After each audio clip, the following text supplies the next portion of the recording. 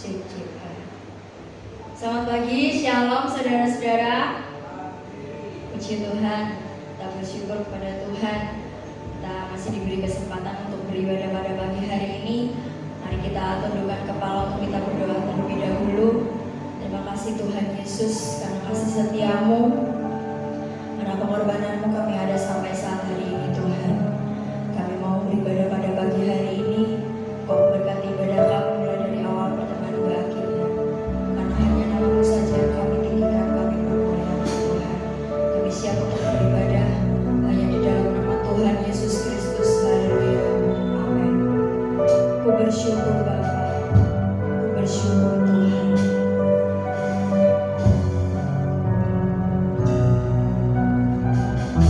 Banyak yang Kau perbuat dalam hidup kami. Terima kasih Tuhan.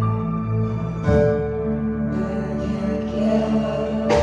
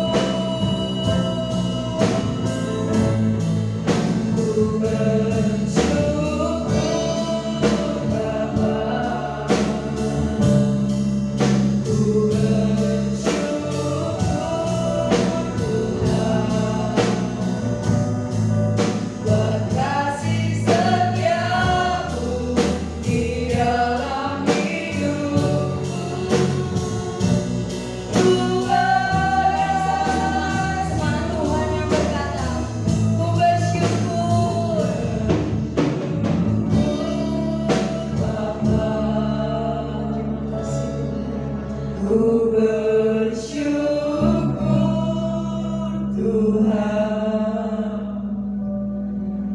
buat kasih setiamu di dalam hidupku. Ku bersyukur.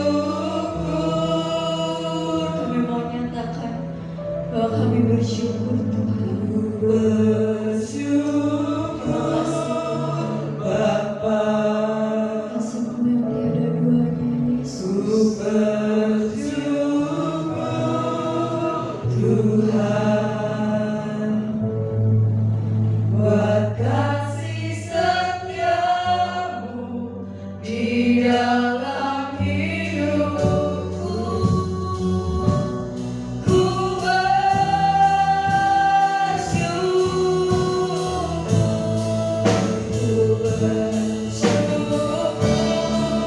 Bapa. Ku bersyukur Tuhan buat kasih setiamu di dalam hidupku. Ku bersyukur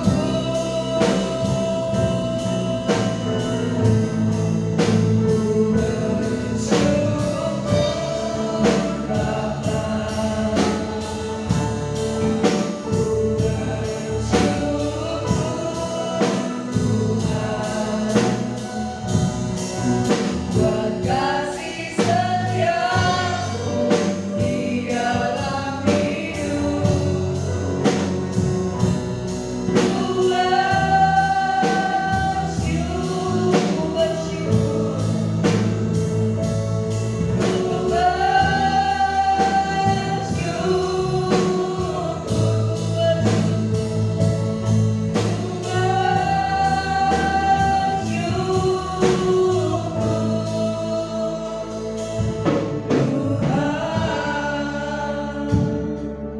Kami mau bersyukur pada-Mu pagi hari ini Tuhan. Dengan kami merespon kehadiran-Mu pada pagi hari ini, kami siap untuk beribadah, kami siap untuk memuji-Mu lebih lagi. Di dalam nama Tuhan Yesus Kristus. Haleluya. Amin. Silakan duduk saudara-saudara. Kita mau bersyukur pada Tuhan pagi hari ini dengan memuji Tuhan lebih lagi. Karena Tuhan baik. Sebab Tuhan baik. Kasih setianya tak pernah.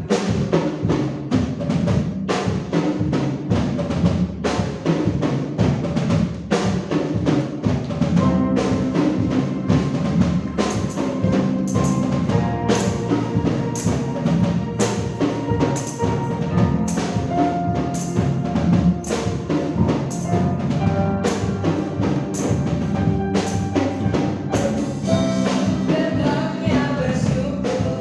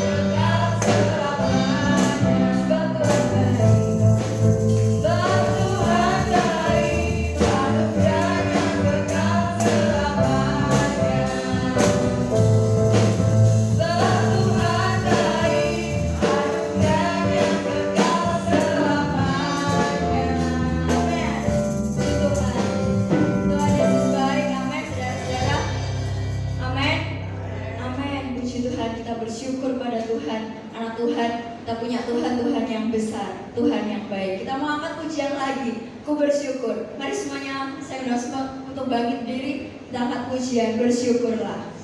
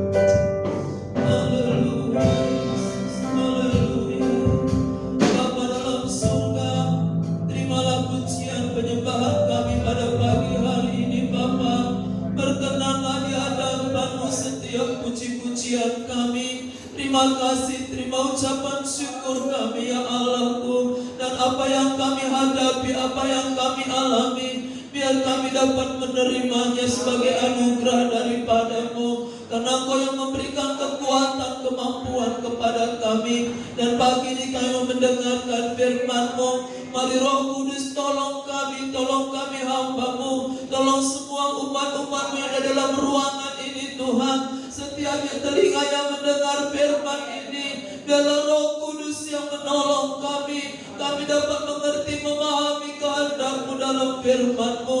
Terima kasih Tuhan, Engkau beracara pada pagi hari ini. Dari awal, pertengahan hingga akhirnya, kami serahkan di dalam nama Tuhan Yesus Kristus. Haleluya. Amin. Silakan duduk Bapak Ibu. Tuhan, selamat pagi semuanya. Selamat pagi semuanya. Puji Tuhan ya, kita berterima kasih kepada Tuhan Yesus. Pagi hari ini kalau kita bisa datang bersyukur, berterima kasih kepada Tuhan, itu semua adalah anugerah Tuhan ya. Kita bersyukur pemeliharanya sepanjang minggu. Saya mendengar sebuah khotbah di YouTube, mengapa harus ke gereja ya. Ada yang bilang kalau alasannya hanya orang Kristen, tidak tepat ya. Kalau ke gereja karena kamu hanya orang Kristen ya, tidak tepat. Hamba Tuhan itu berkata, kalau ke gereja hanya karena rutinitas, itu juga gak tepat ya. Tetapi beribadahlah kepada Tuhan sebagai ucapan syukur. Sepanjang minggu Tuhan sudah pelihara, sepanjang minggu Tuhan sudah berkati, sepanjang minggu Tuhan sudah jaga. Tidakkah sepatutnya kita berterima kasih kepada Tuhan Yesus? Ya, puji Tuhan ya. Karena itu ucapan syukur kepada Tuhan harus selalu kita naikkan kepada Tuhan Yesus. Puji Tuhan. Mari kita lihat Alkitab kita dalam kitab 2 Tawarikh pasal yang ke-20. Kita mau belajar dari seorang raja yang takut akan Tuhan.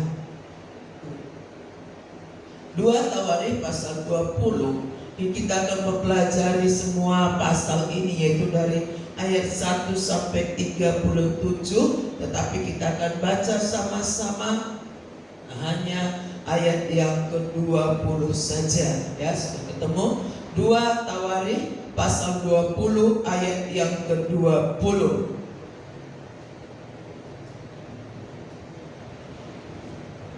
Saudara sudah ketemu 2 Tawarikh pasal 20 ayat yang ke-20. Kita mau sama-sama baca ayat ini ya. Kalau sudah ketemu, mari untuk menghormati pembacaan firman Allah. Ayat yang pertama, sudah bangkit berdiri semuanya. Sama-sama kita baca ayat ini ya.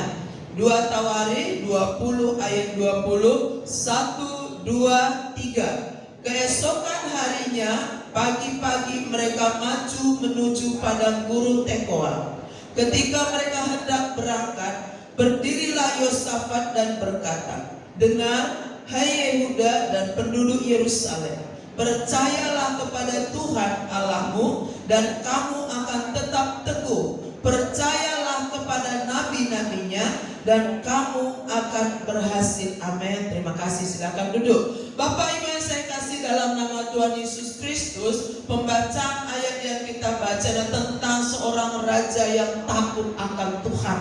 Kalau kita kembali ke ayat yang pertama, judul dari perikop ini berkata, kemenangan atas Moab dan Amon, akhir pemerintahan Yosafat.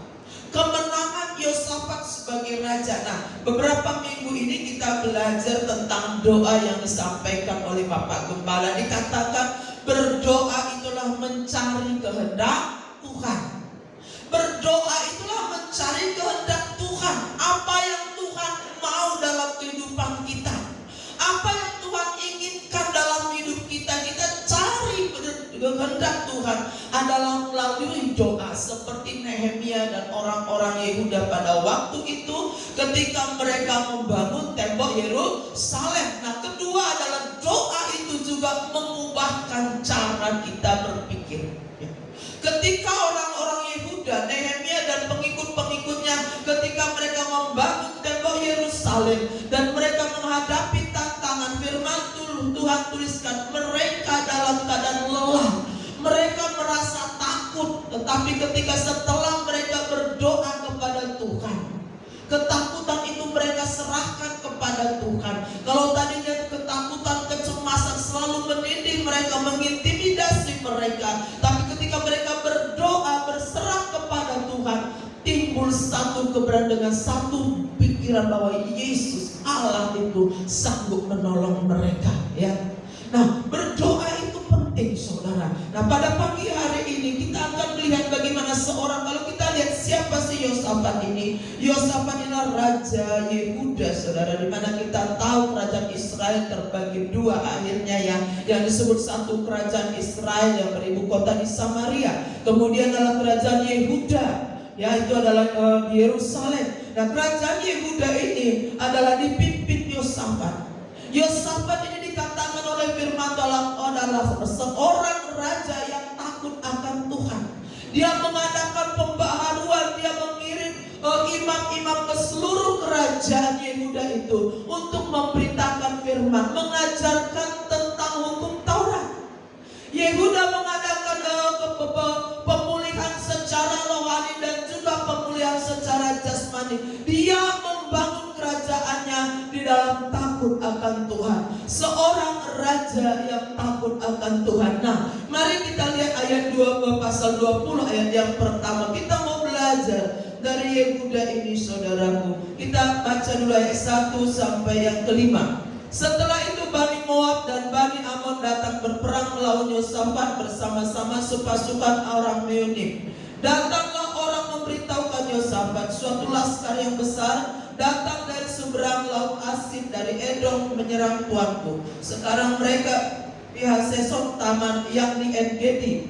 Yosafat menjadi takut, lalu mengambil keputusan untuk mencari Tuhan. Ia menyerukan kepada seluruh Yehuda supaya berpuasa, dan Yehuda berkumpul untuk meminta pertolongan pada Tuhan. Mereka datang dari semua kota di Yehuda untuk mencari Tuhan.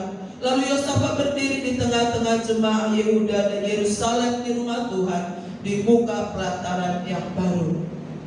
Apa yang kita pelajari dari Yehuda yang pertama ini, saudara, adalah ketika kerajaan Yehuda ini mau diserang, ada persepakatan antara Bani Moab, Bani Amon dan orang-orang Meonim. Satu tentara, satu jumlah pasukan yang besar yang ingin menyerang kerajaan Yehuda.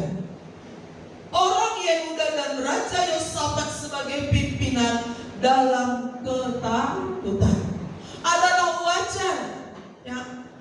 Kalau seorang anak Tuhan, orang percaya, tidak ada yang luput yang namanya dari rasa takut, rasa cemas. Pasti semuanya pernah mengalami. Siapapun dia, apalagi kalau sudah menghadapi masalah seperti ini. Tetapi disinilah kita akan lihat bagaimana Raja Yosafat ini, kita bisa akan belajar dari orang yang takut akan Tuhan ini, orang yang senantiasa merenungkan firman Tuhan ini, saudaraku. Kita akan belajar adalah dari ketika dia menghadapi ketakutan ini, ketika dia menghadapi satu masalah yang berat sekali, dan ini sangat penting, ya. Posisi Yosafat di sini adalah raja, seorang pemimpin. Perhatikan ayat yang ketiga. Yosafat menjadi takut lalu mengambil keputusan. Inilah yang mau saya bicarakan pada pagi hari ini. Salah satunya adalah sebagai pimpinan, di bawahnya itu suatu bangsa yang besar. Ketika COVID terjadi, keadaan kondisi bangsa kita saat ini tidak bisa lepas dari kebijaksanaan pemerintahan kita. Yaitu di sinilah pemimpin yang tertinggi di bangsa kita adalah presiden, yaitu Bapak Jokowi. Kebijaksanaan yang diambil, keadaan bangsa yang tetap stabil sampai hari ini tidak bisa lepas dari peranan Bapak Jokowi. Kebijaksanaan yang diambil ketika di mana setiap kegiatan ekonomi harus berhenti. Satu bangsa yang dia pimpin bukan bangsa yang kecil, bukan bangsa yang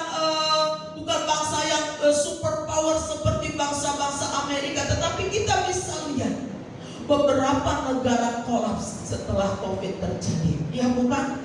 Beberapa negara bangkrut. Tetapi kita bersyukur kepada Tuhan. Kalau Tuhan berikan hikmat kebijaksanaan kepada Bapak Presiden kita. Ini kondisi bangsa Indonesia yang masih stabil sampai hari ini.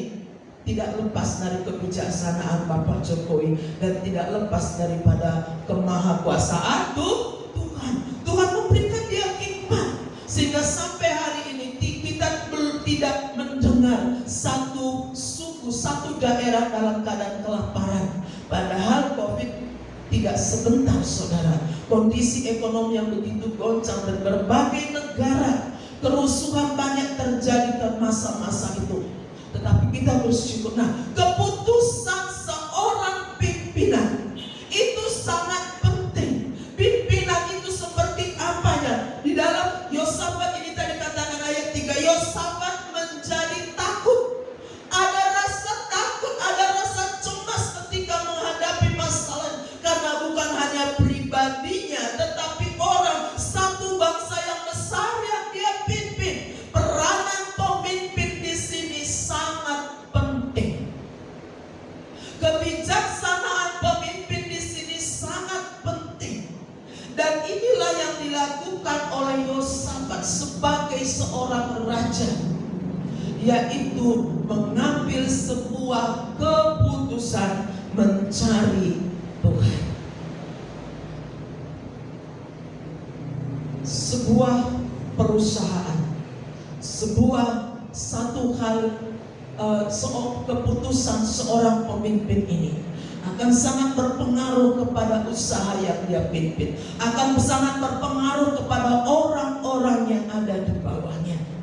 Kalau pimpinannya bijaksana, kalau pimpinannya itu benar, saya tidak bilang 100% anak buahnya benar, tidak. Tetapi akan bisa dilihat. Ya. Kalau keputusan-keputusan yang diambil oleh seorang pimpinan itu, misalnya dalam sebuah perusahaan, kalau pimpinannya itu benar, mengambil sebuah keputusan yang benar, mengambil sebuah keputusan yang bijaksana, maka sebuah perusahaan itu akan kita bisa lihat, bisa berjalan dengan baik, dan akan semakin hari akan semakin meningkat juga. Tetapi perhatikan, pimpinan yang hanya mengutamakan keuntungan tanpa mengambil sebuah keputusan yang bijaksana, tidak peduli bagaimana caranya, tetapi yang penting adalah untung besar, itu tidak akan bertahan. Pimpinan sebuah bangsa, saya membaca atau melihat, menontonnya, sebuah kerajaan, saya lupa, bukan kerajaan, negara, di mana ibu negara dan mereka hidup berfoya-foya. Padahal negara itu dalam keadaan dalam kemiskinan, tetapi keputusan-keputusan yang diambil oleh pimpinannya itu sangat-sangat tidak bijaksana. Bagaimana keluarga istana bermewah-mewah, bagaimana si istri bisa shopping ke luar negeri, semuanya belanja dengan barang-barang yang branded. Keputusan pemimpin di sini sangat penting, dan itulah yang dilakukan Yosafat sebagai pemimpin. Saya berbicara mengenai Yosafat sebagai raja. Yosafat sebagai pemimpin adalah di saat bangsanya menghadapi satu ketakutan yang besar, saat bangsanya menghadapi satu masalah yang besar, keputusan, apa itu keputusan? Adalah tindakan, langkah yang diambil adalah dia mencari Tuhan. Mencari Tuhan dengan sungguh-sungguh. Mencari kehendak Tuhan, mencari pertolongan Tuhan adalah hal bisa saja dia mencari akan pertolongan kepada kerajaan lain.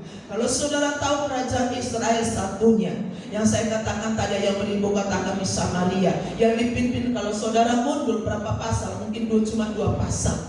Ahab itu adalah besannya. Dan kerajaan Israel lebih besar dari kerajaan Yehuda. Dia bisa saja, tolong saya besan. Ini negara saya, kerajaan saya mau diserang. Tolong saya, bisa saja dia memanggil kerajaan-kerajaan besar lain. Tetapi Yosafat keputusan mencari Tuhan sebagai penolong dalam kehidupannya. Nah, Bapak Ibu yang saya kasih dalam nama Tuhan Yesus Kristus, saudara sebagai pemimpin di keluarga, ya, pemimpin di dalam pekerjaanmu, pemilik perusahaanmu, engkau pemilik usaha itu, keberlangsungan usahamu, keberlangsungan akan rumah tanggamu ada di dalam tangan seorang pemimpin. Bapak-bapak, apa yang kau kerjakan ketika sebuah keluarga menghadapi masalah, ketika sebuah keluarga sedang menghadapi satu persoalan, apa yang kau kerjakan? Sehingga kalau kita akan lihat nanti berikutnya, kerajaan Yehuda tidak perlu berperang. Mereka hanya datang kepada Tuhan dan Tuhan yang berperang ganti orang Yehuda. Seorang pemimpin harus mengambil langkah yang tepat supaya apa yang dia pimpin itu dapat berjalan dengan baik. Bapak-bapak sebagai kepala keluarga, saudara-saudara sebagai pemilik usaha, saudara-saudara yang memiliki usaha, engkau pemimpinnya. Pemimpin tidak harus satu perusahaan yang gede, tidak. Tapi engkau memimpin usahamu, engkau memimpin keluargamu. Kemana engkau bawa itu keluarga saat menghadapi masalah? Apakah kita akan mencari orang pintar dalam menyelesaikan masalahmu? Ayo kita cari orang yang bisa, orang pintar untuk menyelesaikan masalah kita. Itu tergantung bapak-bapak sekarang. Oh, suamiku belum, suami yang si bapak mungkin belum kenal Tuhan, ya. Ibu yang sudah kenal Tuhan, engkau sebagai pemimpin rohani di dalam keluargamu, kemana kita bawa itu keluarga ketika kita menghadapi sebuah persoalan, ketika kita menghadapi sebuah masalah, kemana kita bawa? Ketika usahamu ada sedikit kemacetan, kemana engkau bawa? Cari pelaris? Pelaris itu ada kadaluarsanya, harus ada pembaharuan. Setelah sekian lama harus diberi makan. Gak tahu apa ya Pak Hidayat. Harus ada selang tumbal istilahnya. Tetapi kasih setia Tuhan tidak pernah berakhir, dari selamanya sampai selamanya. Kemana kita bawa agar keluarga kita? Engkau sebagai pemilik perusahaan, engkau sebagai pemilik usaha, engkau sebagai pemimpin di dalam pekerjaan, kemana saudara bawa itu usaha ketika menghadapi masalah? Mari kita ambil seperti Yosafat tadi, ambil keputusan, cari Tuhan dengan sungguh-sungguh. Cari Tuhan dengan sungguh-sungguh, karena keputusan yang engkau putuskan, kebijaksanaan yang engkau ambil itu akan mempengaruhi orang yang di bawahmu semuanya, akan mempengaruhi keluargamu, ya. Rumah tanggamu akan terpengaruh atas keputusan yang kau ambil. Tetapi mari pada pagi hari ini bapak-bapak, ya, ibu-ibu, saudara semuanya, mungkin kita hanya pemimpin dalam satu kelompok kecil. Kau pemimpin musik, bisa. Posisimu sebagai pemimpin musik itu, cari Tuhan dengan baik, sehingga orang-orang yang ada di sekitarmu itu dapat bergerak, berjalan bersama-sama.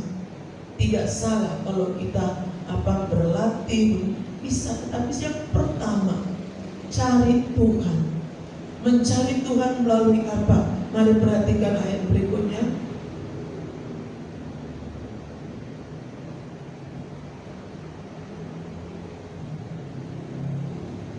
Ayat 5, lalu Yosafat berdiri tengah-tengah jemaah Yehuda dan Yerusalem di rumah Tuhan, di muka pelataran yang baru, dan berkata, ya Tuhan Allah nenek moyang kami, bukankah Engkau Allah di surga? Bukankah Engkau memerintah atas genap kerajaan bangsa, kuasa dan keperkasaan ada di dalam tanganmu? milikmu, sehingga tidak ada orang yang dapat bertahan melawan engkau. Bukankah engkau Allah kami yang menghalau penduduk tanah ini dari depan umatmu Israel, dan memberikan kepada keturunan Abraham sahabatmu itu untuk selama-lamanya. Nah saudaraku, mereka ini datang kepada Tuhan Yesus. Mereka ini datang kepada Tuhan melakukan doa puasa.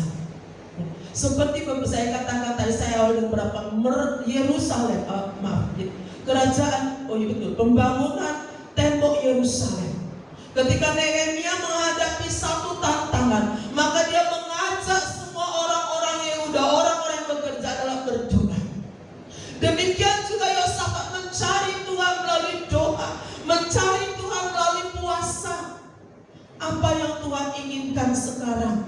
Apa yang Tuhan mau? Tetapi kita bisa melihat di dalam ayat-ayat yang kita baca tadi, mereka datang mencari Tuhan. Keputusan yang diambil oleh Yosafat sebagai pemimpin adalah keputusan yang sangat bijaksana, dan inilah yang paling benar. Sekali lagi saya ajak Bapak Ibu siapapun, setiap mengambil keputusan, berdoalah terlebih dahulu.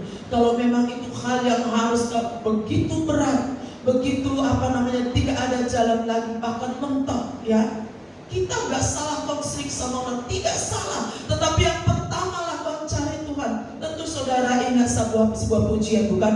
Kulayangkan mataku ke gunung-gunung, dari mana datangnya pertolonganku?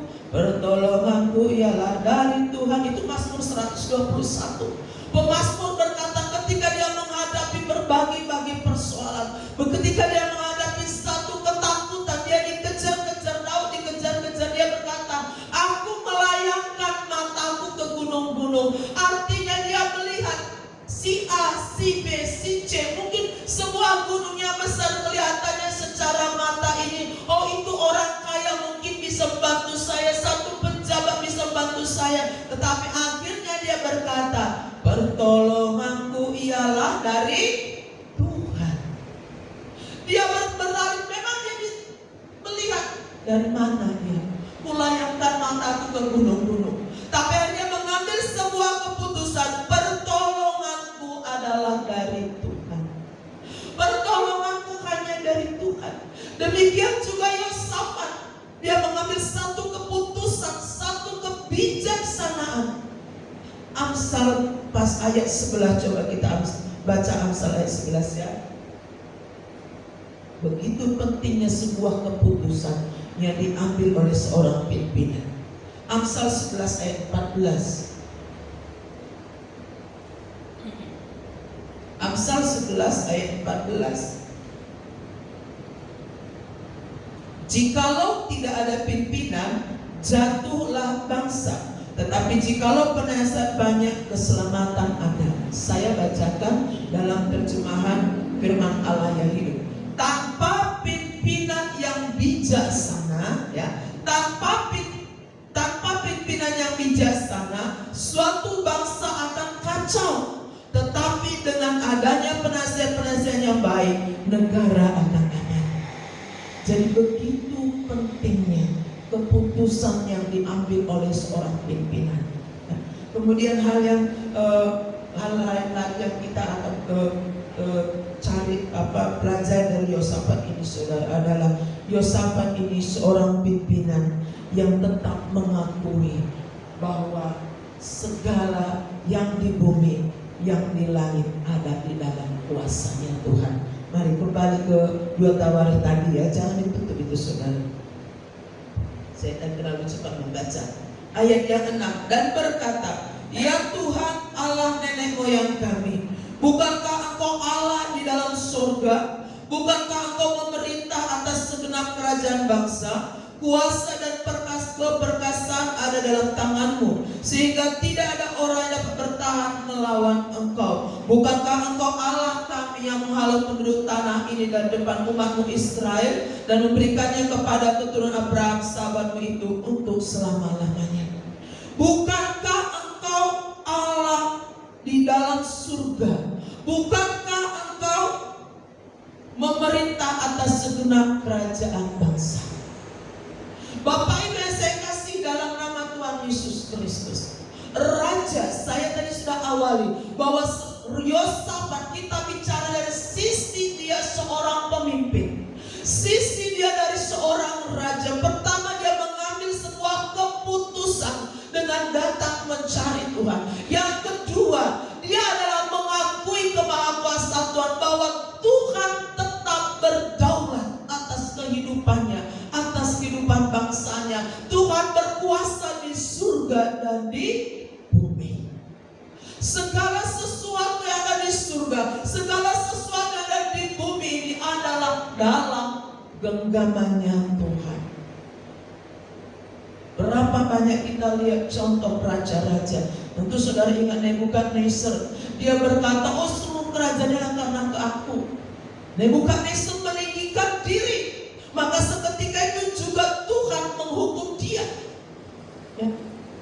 Berapa banyak raja-raja yang kalau tidak salah juga ada seorang raja berapa usia. Ketika dia sudah menjadi seorang raja yang kuat, seorang raja yang berhasil secara militer, secara ekonomi, dia berhasil.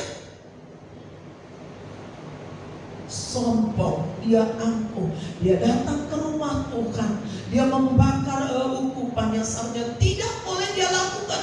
Itu adalah haknya imam-imam. Seorang imamlah yang berhak melakukan pembakaran ukupan.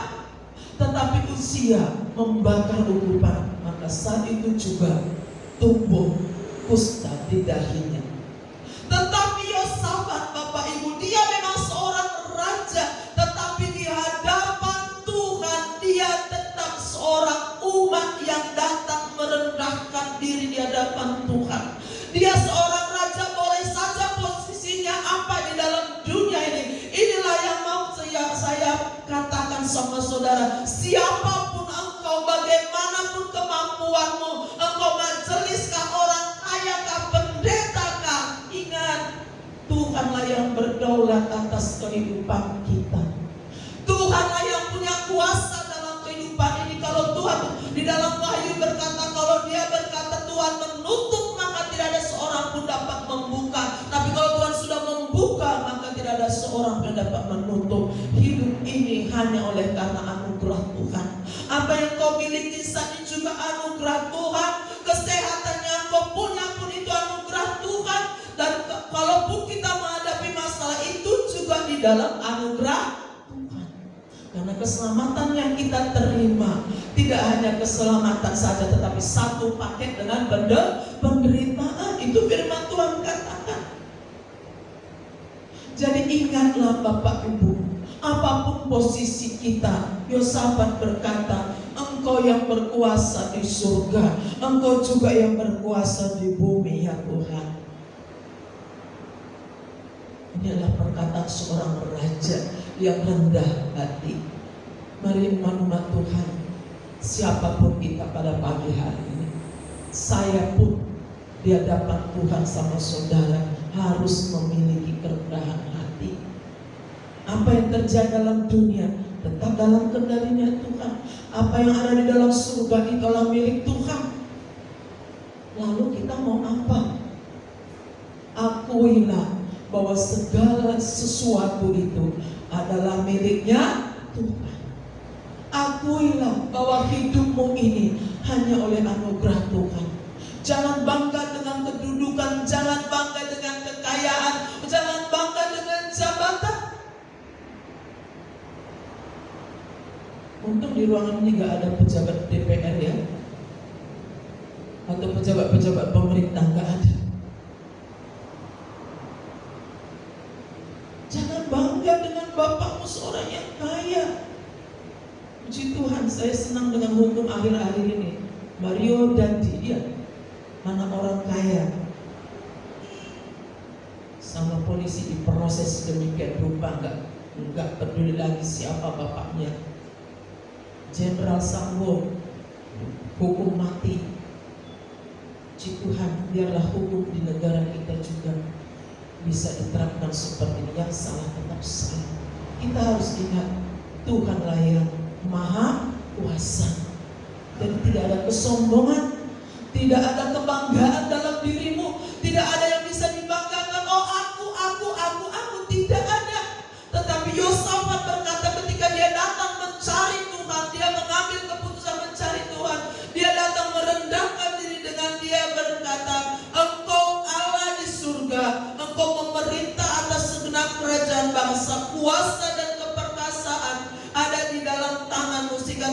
orang yang dapat melawan engkau. Tidak ada orang yang dapat melawan Tuhan, karena Dia adalah Tuhan yang Maha Kuasa. Puji nama Tuhan. Satu hal lagi dari dalam kehidupan Yosafat. Mari perhatikan ayat yang kita baca tadi, ayat 20.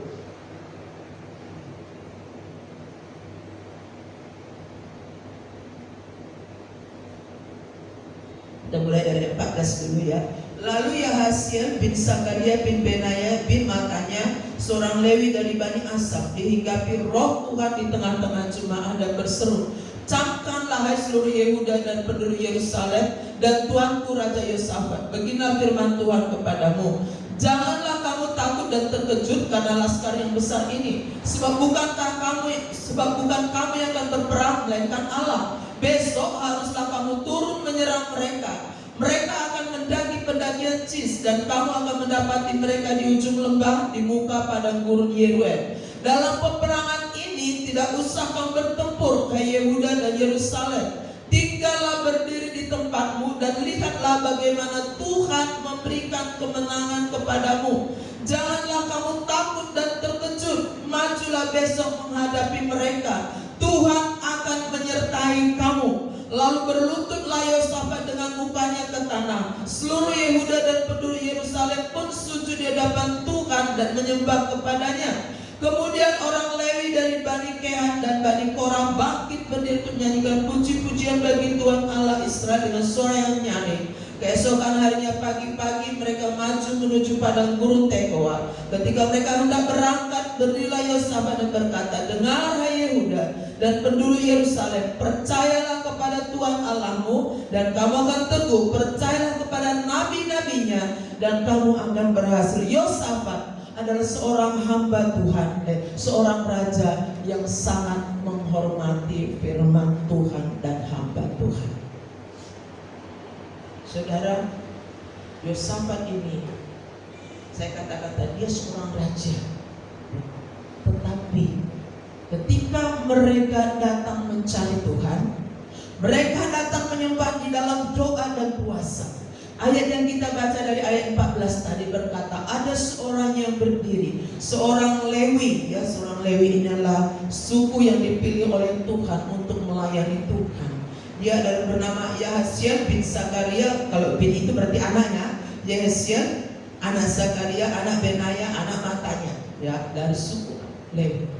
Dia berdiri dan menyampaikan nubuat, satu firman Tuhan. Dia berkata, "Hai Yosafat, raja kami, dan hai orang-orang Yehuda, jangan takut." Menyampaikan sebuah firman Tuhan, menyampaikan satu perkataan Tuhan. Jangan takut bahwa besok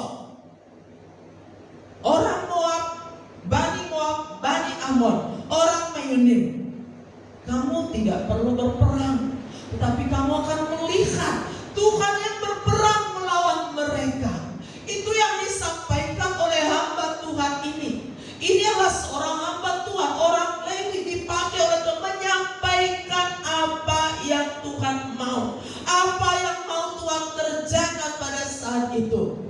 Saudara, ini firman Tuhan, Alkitab firman Tuhan. Amin. Doktrin GPDI mengakui Alkitab firman Tuhan adalah firman Tuhan. Kita diberi momen, tetapi ketika firman disampaikan seperti ini juga adalah firman Tuhan.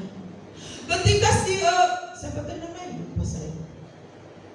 Yahasiel ini, ketika mereka dalam doa dan puasa, maka seorang hamba Tuhan berdiri menyampaikan, "Jangan takut, jangan terkejut. Besok kamu akan menghadapi pertolongan Tuhan. Kamu akan menerima mujizat dan kalian tidak perlu berperang. Kalian tidak perlu pergi berperang melawan, tetapi Tuhan yang akan melakukannya. Engkau akan melihat betapa besar pertolongan Tuhan." Saudara, ini dalam ketakutan. Orang-orang lawan sudah siap menyerang.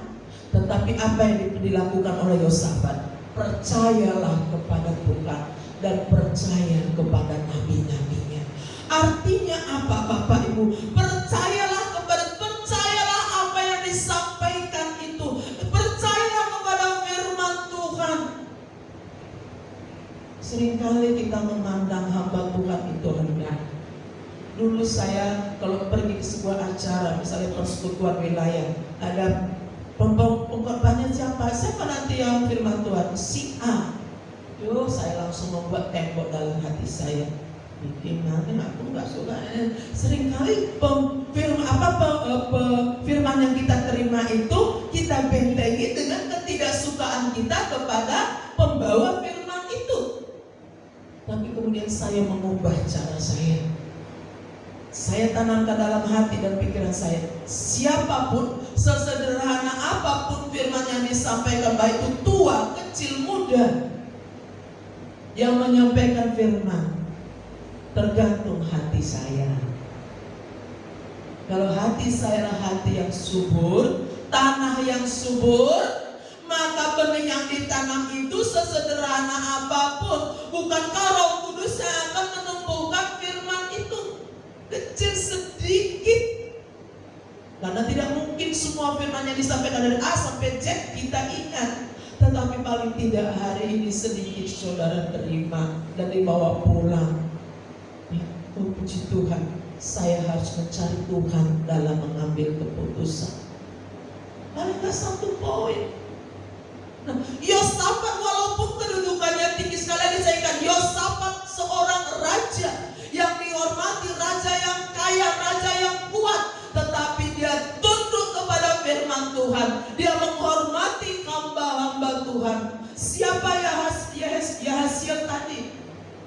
Hanya seorang Lewi, tapi ketika dia sampaikan firman Tuhan, oh mereka sangat menghormati firman, tidak menentang. Bagaimana mungkin? Itu musuh sudah dekat, kamu bilang jangan takut. Tidak, mereka tidak seperti itu. Apa respon yang mereka berikan? Coba lihat ayat yang ke 18. Atas firman yang disampaikan oleh seorang hamba Tuhan, dia berkata, lalu berlututlah Yosafat dengan mukanya ke tanah. Seluruh Yehuda dan penduduk Yerusalem pun sujud di hadapan Tuhan dan menyembah kepadanya. Kemudian orang Lewi dari Bani Kehat dan Bani Korah bangkit berdiri, menyanyikan puji-pujian bagi Tuhan Allah dengan suara yang sangat nyaring. Atas firman yang disampaikan, mereka begitu hormat kepada firman Tuhan. Mereka sujud menyembah, berlutut sampai muka ke tanah. Seorang raja berlutut dengan mukanya sampai ke tanah. Mereka menyembah, bersyukur atas firman yang disampaikan, bersyukur atas hamba Tuhan yang dipakai oleh Tuhan. Semudah apapun, sesederhana apapun hamba Tuhan yang menyampaikan, ayo saya ajak jemaat Tuhan, hormatilah mereka. Ya. Saya tidak minta disanjung-sanjung, tidak. Hormati dalam sikap arti menerima firman dengan baik. Jangan menghakimi. Lu tahu nih apa? Tadi malam saya dulu anak saya yang remaja pemuda tadi malam kebaktian harus berbicara tentang mengambil keputusan mencari jodoh dulu. Bagaimana masuk dalam pernikahan, pacaran itu, hubungan itu harus dimulai diawali dari apa, Fe? Dari tubuh apa dari roh? Dari roh. Hubungan itu dari roh. Ojo tubuh se. Kalau tubuh dulu bahaya. Tahu artinya kalau dari tubuh jiwa roh? Berarti ada perzinahan. Kalau roh, berarti rohani yang dibangun dulu, hubungannya dibetulkan dulu. Nah, gitu dia masuk tak gudul. Kayak dia yang masuk pernikahan. Kalau siap tak menikah? Saya bukan merendahkan. Saya memang dengarkan apa yang dikatakan di sini. Saya dengarkan. Mengapa saya dengarkan? Supaya saya bisa koreksi bila mana ada hal-hal yang kurang. Maksud saya bukan kurang, tapi bila ada yang menyimpang. Saudara, siapapun yang menyampaikan firman, Yosafat di dalam kedudukannya sebagai seorang raja, tapi dia memandang firman yang disampaikan itu adalah firman Tuhan yang begitu luar biasa sampai dia bersujud menerima firman dengan ucapan syukur. Terima kasih, terima kasih. Dia kan menyanyikan nyanyian syukur dengan suara nyaring. Mereka bersyukur atas firman yang disampaikan. Seorang raja, sekali lagi saya katakan, Yosafat seorang raja yang begitu luar biasa, kuat di dalam dunia ini. Tapi dia tersungkur di bawah kaki Tuhan. Bapak Ibu saya kasih dalam nama Tuhan Yesus Kristus, firman Tuhan tidak saya panjangkan, tapi biarlah pada pagi hari mungkin firman Tuhan sederhana, tetapi mari kita belajar menghormati firman Tuhan, belajar menghormati orang-orang yang melayani firman Tuhan. Ya. Kalau hari Kamis, ini orangnya hari Kamis luar biasa. Setiap pemberitaan, setiap pengerja yang masuk ke sini diawali pelayanan di hari Kamis, ya enggak? Tapi mereka bisa terima, walaupun kadang bahasanya pakai bahasa Ibrani, mereka sendiri sebenarnya nggak ngerti apa itu. Bahkan kadang-kadang bahasanya bolak-balik. Datang Werdi, makan sudah kau. Kalau kita di Jawa sudah makan sudah. Kamu sudah makan Werdi? Saya bilang, makan sudah mak. Tapi mereka bisa menerima apa? Karena mereka melihat itu firman. Itu adalah firman Tuhan. Yosafat tidak memegang berdiri kepada kedudukannya sebagai raja, tidak. Tapi dia menempatkan dirinya, saya seorang hamba Tuhan, anak Tuhan, berlutut di bawah kaki Tuhan. Ya, semua adalah karena anugerah Tuhan. Puji Tuhan. Mari pada pagi hari datang kepada Tuhan. Bila mana ada Bapak Ibu yang harus mengambil keputusan, cari Tuhan, berdoa, berpuasa, jangan salah ambil langkah. Dalam usahamu, dalam kehidupanmu, dalam keluargamu, cari Tuhan untuk mengambil sebuah keputusan. Haleluya Yesus. Terima kasih Tuhan. Terima kasih Tuhan. Kita akan nyanyi sebuah pujian kepada Tuhan. Firman-Mu berkata, Engkau besertaku, maka kuat roh, tubuh dan jiwa. Pertolongan adalah dari Tuhan.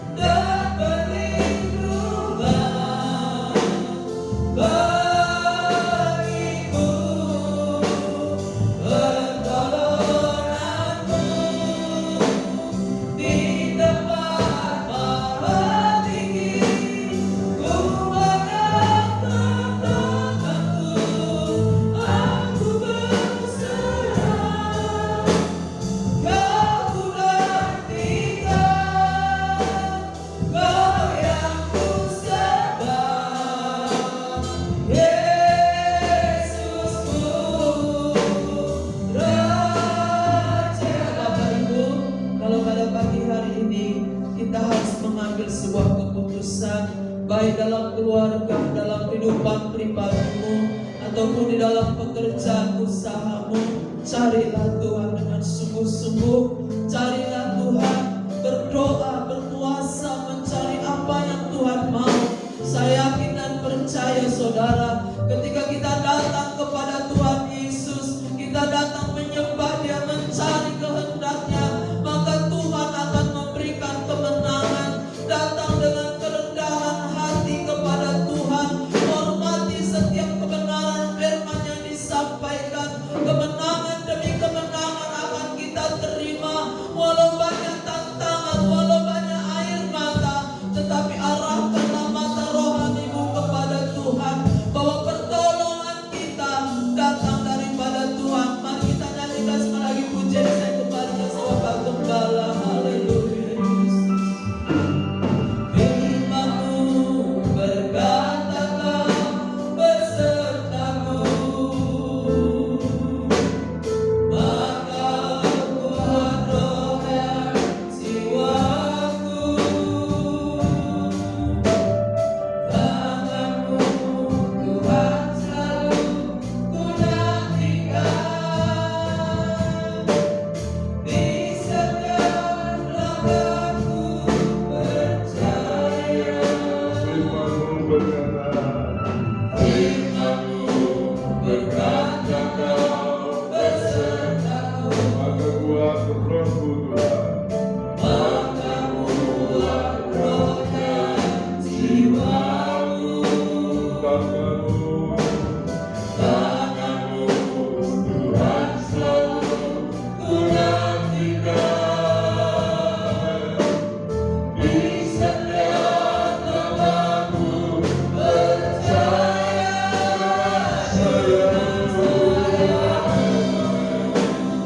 Ku akan tetap tinggi di tengah badai hidup.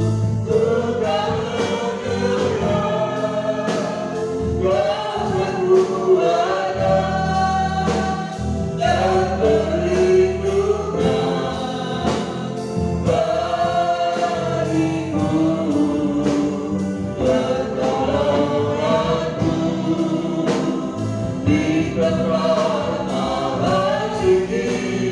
Ku mengangkat tanganku, aku berserah.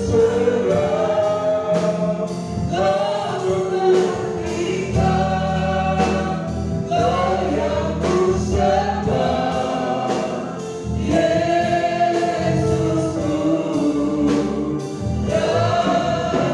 sayangmu. Bukan sayang cerita tadi, Bapak sebut sama kami kembali berdoa.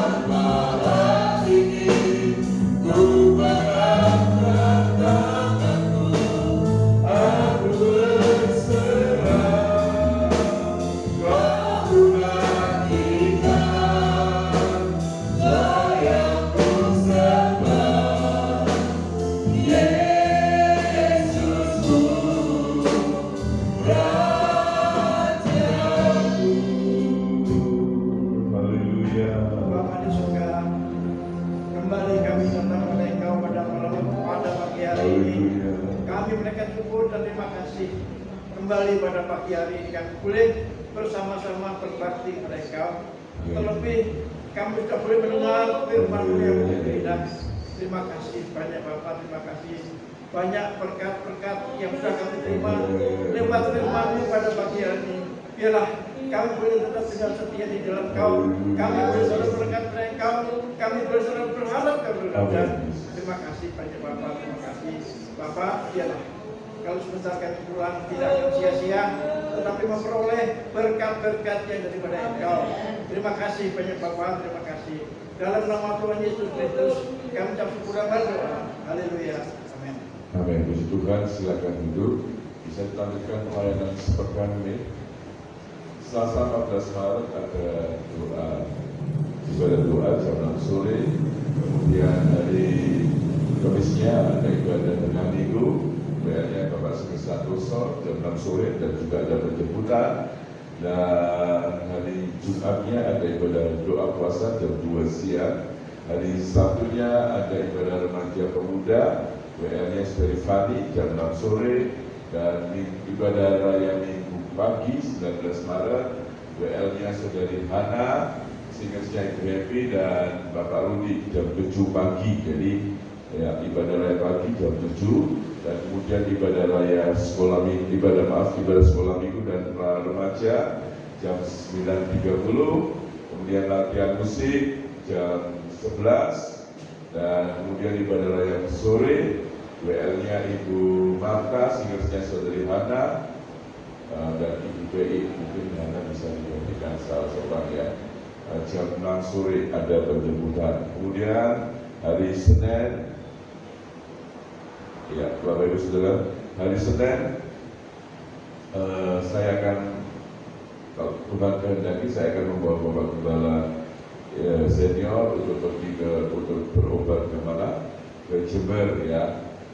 Tindakannya masih tidak diketahui apakah itu harus suntik atau harus operasi. Nanti itu keputusannya pada waktu setelah NRI dibaca oleh siapa? Oleh Dr.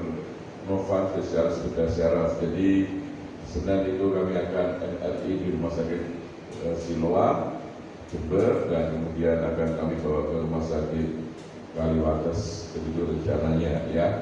Ada tambahan dari Ibu Gembala? Tidak ada?